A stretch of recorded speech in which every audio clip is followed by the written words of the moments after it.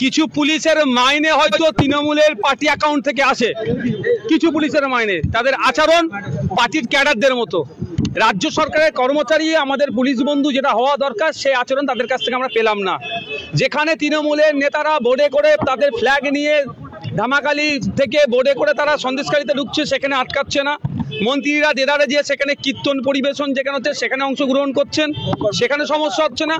আমরা যারা বিরোধীরা আছি সেখানে সন্দেশখালীতে যেতে চাইলে 62 থেকে 65 কিলোমিটার দূরে আমাদেরকে আটকানো হচ্ছে। কি এক দিচ্ছে আমরা গিয়ে নাকি ওখানে 140 বোর্ড ব্রেক করতে পারি, ভয়ঙ্কর কিছু করতে পারি। ব্যাপারটা হচ্ছে আমাদের ফ্রিডম অফ মুভমেন্টের ওপরে এটাকে ব্যাঘাত দিল, ভায়োলেট করলো আমার অধিকারকে, আমার চলাফেরার অধিকারকে। কলকাতা পুলিশের ওখানে যারা ঊর্ধ্বতন যারা অফিসাররা ছিল তাদের দ্বারাই ভায়োলেট হয়েছে।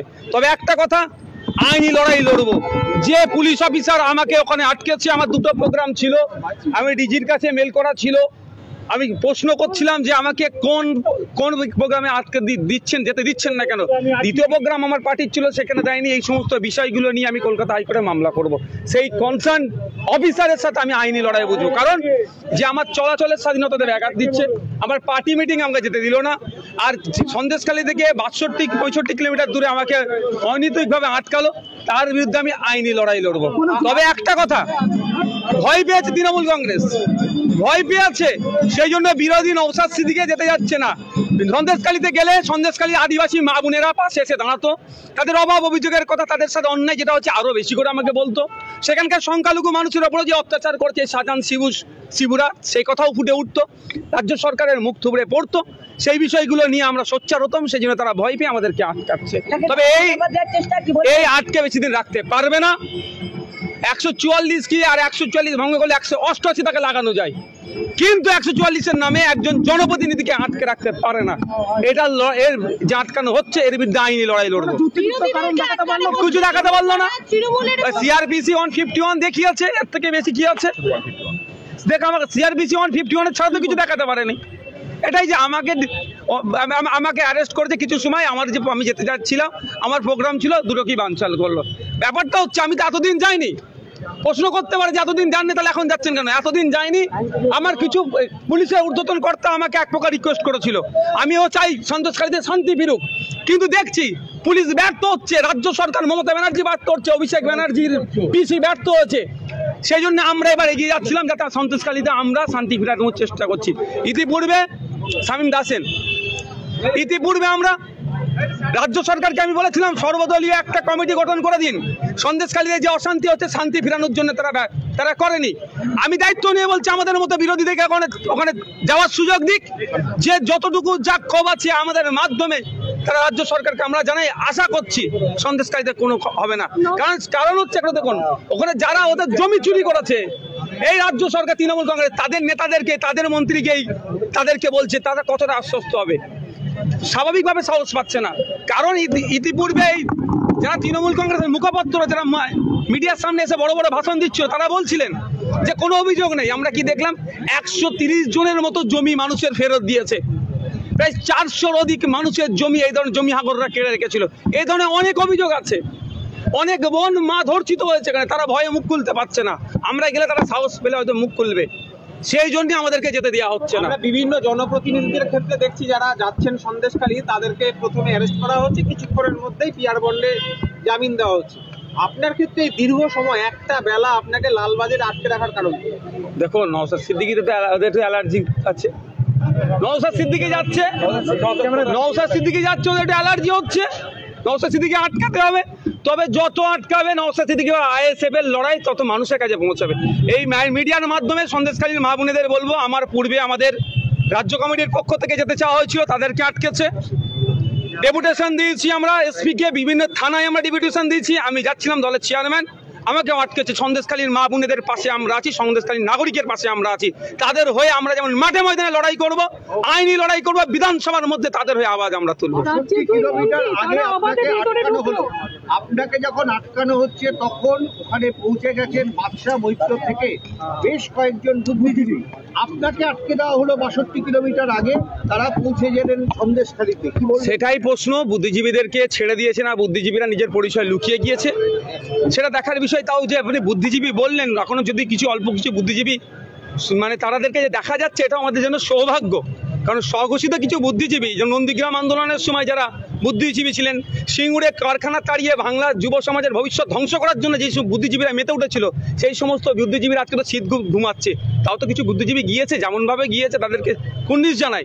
কিন্তু আমাকে যেভাবে আটকানো হয়েছে, আমাকে যেভাবে CRPC 151 দেখিয়ে আমাকে আটকেছে, এটা নিন্দাজনক, ধিক্কারজনক।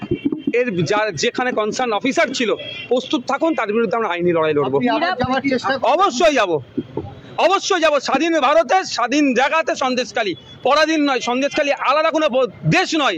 সেখানে যেতে গেলে মমতা ব্যানার্জি আমাকে পারমিশন লাগবে।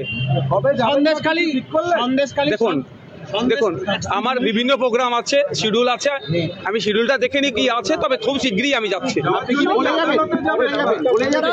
অবশ্যই জানিয়ে যাব। আমি চোর ডাকাত তো নই, তার দলের ওই নটোরিয়াস ক্রিমিনালের মতো আমি নই। আমি একজন দায়িত্বশীল জনপ্রতিনিধি। আমার কাজ হচ্ছে আমি যেখানে যাই, যেখানে আমার মুভমেন্ট হয়, রাজ্য পুলিশের যিনি সর্বোচ্চ কর্তা আছেন তাকে জানিয়ে যাই। আগামীতে যেখানে যখনই যাব, রাজ্য পুলিশের যিনি সর্বোচ্চ কর্তা আছে তাকে জানিয়ে যাবো। লুকোচুরি করে যাওয়ার কি আছে? সেটাই তো প্রশ্ন। যার নামে নটোরিয়াস ক্রিমিনাল লিস্টে যিনি আছেন তিনারা যেতে পারবেন, বা তাদের দলের লোকেরা যেতে পারবেন। নওশাদ সিদ্দিকীর ক্ষেত্রে বা বিরোধীদের ক্ষেত্রে বাধা হয়ে দাঁড়াতে হচ্ছে। নিরাপদ সর্দারের বিরুদ্ধে FIR করা হয়েছে 9 ফেব্রুয়ারি, কিন্তু পুলিশের কাছে অভিযোগ এসেছে 10ই ফেব্রুয়ারি। একটা পুলিশের কাছে অভিযোগ আসার আগে কিভাবে FIR হয়? দেখুন, ব্যাপারটা হচ্ছে ওখানকার যারা পুলিশের কর্তারা আছেন তারা ইচ্ছাকৃতভাবে আমার মনে হয় ভুল করেছে। মমতা ব্যানার্জির অত্যাচারে যদি না অ্যারেস্ট করে, হয়তো তার ট্রান্সফার করে দেবে, সেই জন্য অ্যারেস্ট করেছে, কিন্তু একটা ফাঁক রেখে দিয়েছে। আমার তো মনে হয় ওই পুলিশের কর্তারা ইচ্ছাকৃতভাবে করেছে, নাহলে এত ভুল করবে না। কারণ ওরা তো সাদা খাতা জমা দেওয়া পুলিশ নয়। বামেদের আমলে চাকরি পেয়েছে, সেখানে যোগ্যতার বেসিসে চাকরি পেয়েছে। এখানে তৃণমূলের আমলে যদি চাকরি পেত তাহলে একটা ভয়ের আশা ছিল, মানে আতঙ্কের ছিল, হয়তো সাদা খাতা দিয়ে এটা জমা দিয়েছে। বিচারপতি বলছেন তীব্র ভৎসনা আজকে এই নিরাপদ গ্রেপ্তার করা নিয়ে পুলিশকে তিনি গ্রেপ্তার করেছেন, তাকে কেন গ্রেপ্তার করা হবে না এই প্রশ্ন তুলেছে কলকাতা হাইকোর্ট। এই ধরনের আরো প্রশ্ন উঠবে কলকাতা হাইকোর্টে। পুলিশ যেভাবে শাসকের ব্লক প্রেসিডেন্ট হিসাবে কাজ করছেন, শাসকের জেলা সভাপতি হিসাবে কাজ করছেন, তার জবাব আগামী দিনে আইনের মাধ্যমে বুঝে নিয়ে হবে। বারবার রাজ্য সরকার বা প্রশাসন কোর্টের কাছে মুখ থুবড়ে পড়ছে, তারপরেও এরা এই যেভাবে নোংরামি করছে, আইনের অপব্যবহার করছে। CRPC 151 আছে আমি জানি, কিন্তু কাদের ক্ষেত্রে প্রযোজ্য, কার ক্ষেত্রে ইমপ্লিমেন্ট করা দরকার, সেটাও একটু তাদের দেখা দরকার।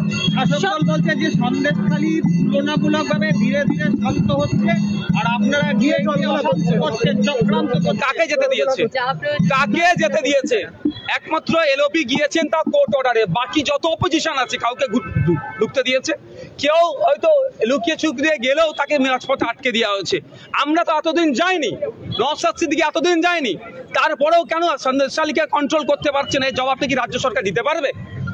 আমরা দায়িত্ব নিয়ে বলছি, আমাদের মতো অপোজিশন, দায়িত্বশীল অপোজিশনকে ওখানে যদি পাঠানো হয়, আমরা চেষ্টা করবো আমাদের সর্বোচ্চ দিয়ে সন্দেশখালী যাতে শান্তি ফেরে।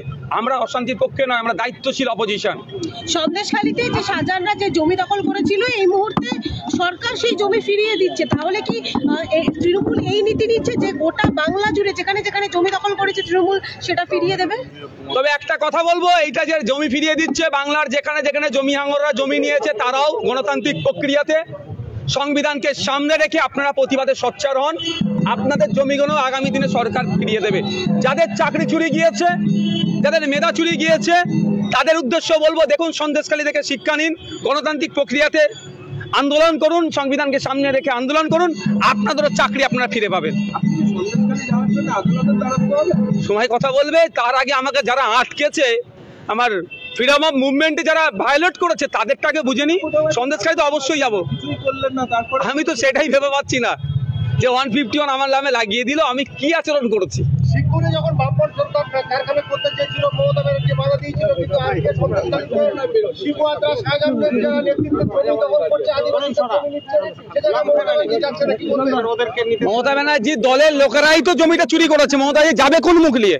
মমতা ব্যানার্জির দলের নেতারাই তো রাত্রেবেলা পিঠে করার জন্য ডাকতো। মমতা ব্যানার্জি দলের নেতাদের দ্বারাই তো অত্যাচারিত হয়েছে, কোন মুখ নিয়ে যাবেন উনি?